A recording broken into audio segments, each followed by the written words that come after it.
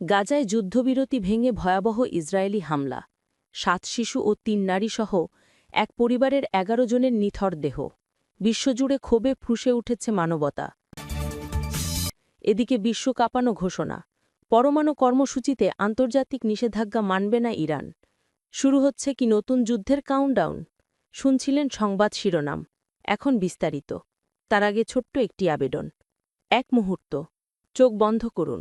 ভাবুন তো, একটা ঘর যেখানে একসময় ছিল হাসি, ছিল প্রাণের স্পন্দন, ছিল ১১টি জীবন্ত মানুষ, আশরাফুল মাকলুকাত, আল্লাহর সৃষ্টির শ্রেষ্ঠতম রূপ। দীর্ঘ ২ বছরের যুদ্ধবিরতি শেষে তারা ফিরছিল নিজেদের ভাঙা ঘরে, ধ্বংসস্তূপের নিচে মাথা নোয়াতে, হয়তো একটু শান্তি খুঁজতে। কিন্তু সেই শান্তি আর পাওয়া হল না। এক মুহূর্তে সব শেষ হয়ে গেল। এখন সেই ঘরটা নেই, নেই সেই হাসিগুলো। শুধু পড়ে আছে নিথর শরীর, ভাঙা দেয়ালের পাশে ছড়িয়ে আছে ৭টি শিশুর ছোট্ট হাত পা, যারা কিছুক্ষণ আগেও মা বলে ডাকছিল। ভাবতে কষ্ট হয়, তাই না? কিন্তু এই ভয়াবহ বাস্তবতাই এখন প্রতিদিনের চিত্র ফিলিস্তিনের গাজা উপত্যকায়। ৭টি শিশুর আত্মা যদি আপনার হৃদয়ে কম্পন সৃষ্টি করে, তবে নিচে কমেন্টে লিখুন, গাজায় শান্তি চাই। আর গাজার শিশুর কান্নায় যদি আপনার হৃদয় কাঁদে, তাহলে শেয়ার করে ছড়িয়ে দিন প্রতিটি ধর্মপ্রাণ মানুষের কাছে। আপনার একটি শেয়ার, আপনার একটি কথা হয়তো পৌঁছে যাবে সেই শিশুদের কাছে যারা আজও আশায় বেঁচে আছে। সাবস্ক্রাইব করুন আমাদের চ্যানেল, কারণ আমরা বলি সেই খবর যা বড় বড় মিডিয়া লুকিয়ে রাখে। চলুন, বেশি কথা না বাড়িয়ে বিস্তারিত জেনে নিই। গাজায় যুদ্ধবিরতি ভেঙে ভয়াবহ ইসরায়েলি হামলা, ৭ শিশু ও ৩ নারীসহ এক পরিবারের ১১ জনের নিথর দেহ বিশ্বজুড়ে ক্ষোভে ফুঁসে উঠেছে মানবতা। গাজা উপত্যকা আবারও কেঁপে উঠেছে ইসরায়েলি ট্যাঙ্কের গর্জনে। যুদ্ধবিরতি ঘোষণার পরও থামেনি রক্তপাত, থামেনি মৃত্যুর মিছিল। শনিবার সকালে গাজার আল জেইতুন এলাকার নিস্তব্ধতা ভেঙে মুহূর্তেই ধ্বংসস্তূপে পরিণত হল আবু সাবান পরিবারের জীবন। ৭ শিশু, ৩ নারী আর এক পিতা, সবাই মুহূর্তেই আগুনে পুড়ে ছাই হয়ে গেল। গাজার সিভিল ডিফেন্স জানায়, পরিবারটি তখন ধ্বংসপ্রাপ্ত নিজের ঘরে ফেরার চেষ্টা করছিল। ঠিক তখনই ট্যাঙ্ক থেকে ছোড়া এক গোলা সরাসরি আঘাত হানে তাদের গাড়িতে। কোনো সতর্কতা, কোনো আগাম ঘোষণা কিছুই ছিল না। একজন প্রত্যক্ষদর্শী কণ্ঠ কাঁপিয়ে বলেন, আমরা শুধু একবার বিস্ফোরণের শব্দ শুনলাম, তারপর ধোঁয়া, আগুন আর শিশুদের চিৎকার।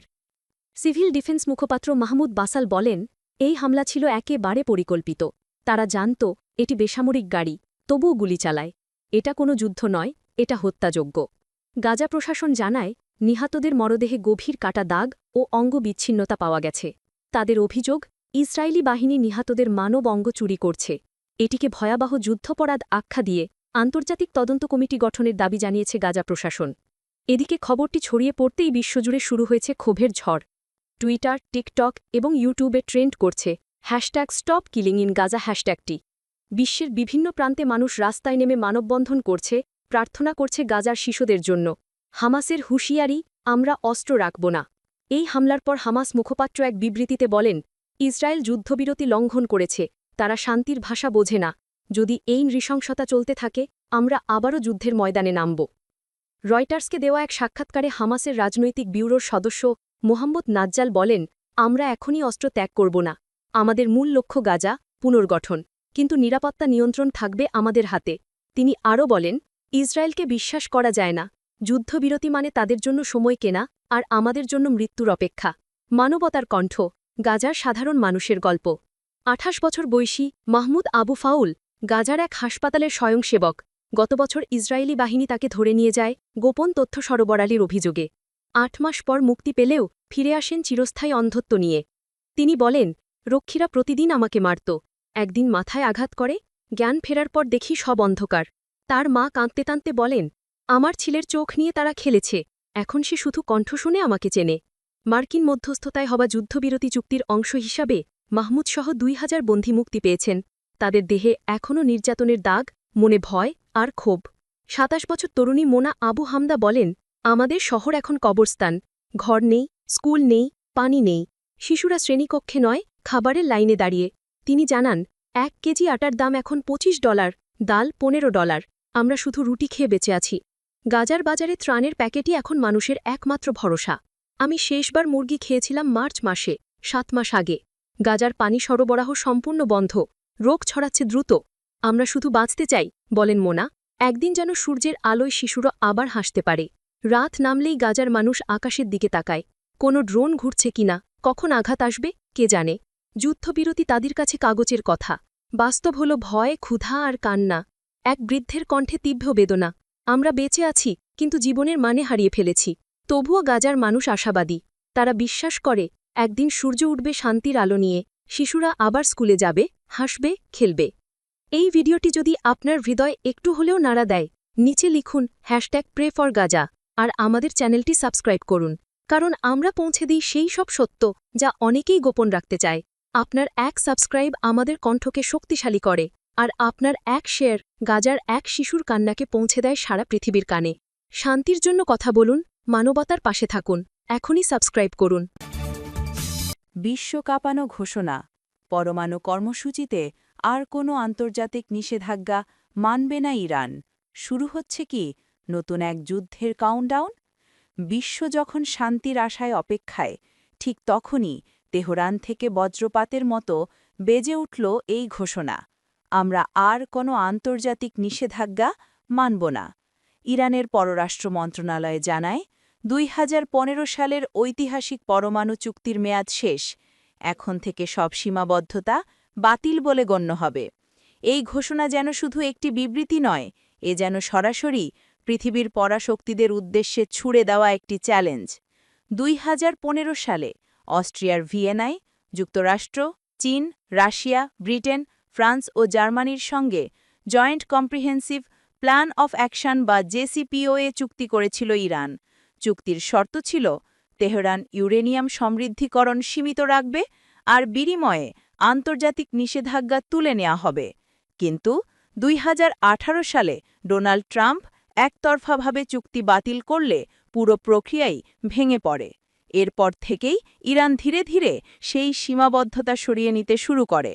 60% পর্যন্ত ইউরেনিয়াম সমৃদ্ধি করার পর গত জুলাইয়ে ইরানে ভয়াবহ হামলা চালায় ইসরায়েল ও যুক্তরাষ্ট্র। 12 দিনের যুদ্ধের পর কিছুটা শান্তি ফিরলেও জাতিসংঘ আবারও নিষেধাজ্ঞা পুনর্বহাল করে। কিন্তু এবার ইরান জানিয়ে দিল স্পষ্ট বার্তা, আমাদের স্বাধীন কর্মসূচিতে আর কেউ হস্তক্ষেপ করতে পারবে না। তেহরান আর পিছু হটবে না, যে কোনো মূল্যে নিজেকে রক্ষা করবে। ব্রিটেন, ফ্রান্স ও জার্মানি অভিযোগ করেছে, ইরান আর আন্তর্জাতিক পরমাণু শক্তি সংস্থা IAEA-এর সঙ্গে সহযোগিতা করছে না। তারা চায় ইরান দ্রুত যুক্তরাষ্ট্রের সঙ্গে আলোচনায় ফিরুক। কিন্তু ইরানের পররাষ্ট্রমন্ত্রী আব্বাস আরাকচি জাতিসংঘে পাঠানো একটি চিঠিতে জানিয়ে দিলেন, 2015 সালের চুক্তির মেয়াদ শেষ, তাই সব নিষেধাজ্ঞা এখন অবৈধ। তিনি আরও বলেন, কায়রোতে IAEA-এর সঙ্গে নতুন সমঝোতা করার প্রচেষ্টা 3 ইউরোপীয় দেশের দায়িত্বজ্ঞানহীন আচরণের কারণে ব্যর্থ হয়েছে। বিশেষজ্ঞদের মতে, ইরানের এই ঘোষণা শুধু মধ্যপ্রাচ্য নয়, পুরো পৃথিবীর নিরাপত্তা ব্যবস্থার ওপর ছায়া ফেলবে। কারণ শক্তিশালী পরমাণু সক্ষম ইরান মানেই ইসরায়েলের সঙ্গে সরাসরি সংঘর্ষ, যুক্তরাষ্ট্রের হস্তক্ষেপ এবং তৃতীয় বিশ্বযুদ্ধের ভয়ঙ্কর সম্ভাবনা।